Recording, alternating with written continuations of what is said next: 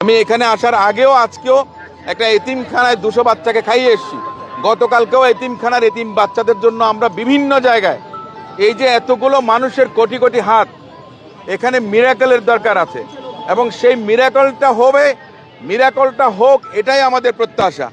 এবং ওনার এই সুস্থতা, ওনার রোগ মুক্তির জন্য সমগ্র বাংলাদেশের জনগণ যেভাবে চাচ্ছেন, ইনশাল্লাহ আমি মনে করি যে ওনাকে একটা স্টেবল কন্ডিশনে, যেটা জাহিদ ভাই নিজেও বলেছেন, যদি সুযোগ পাওয়া যায় ভালো হয় তাহলে বিদেশ নেওয়া যাবে। বাট এখনকার যে অবস্থা, যে হাই অল্টিটিউডে অ্যাটমসফিয়ারিক প্রেশার যেটা আছে, সেই অবস্থাটা ওনার এই মুহূর্তে নেই।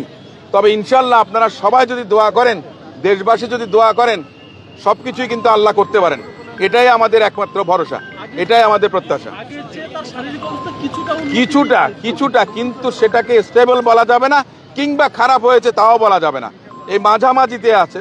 শুধু একটা উত্তরণ দরকার, যে ওনাকে মনে করেন যে ফার্দার যারা প্রোটোকলটা মেনটেন করতে পারবে সে ধরনের ট্রিটমেন্ট যেন পেতে পারেন, অন্তত সেই অবস্থাটা তো উনি আসুন, এটাই আমাদের সবার দোয়া এবং প্রার্থনা।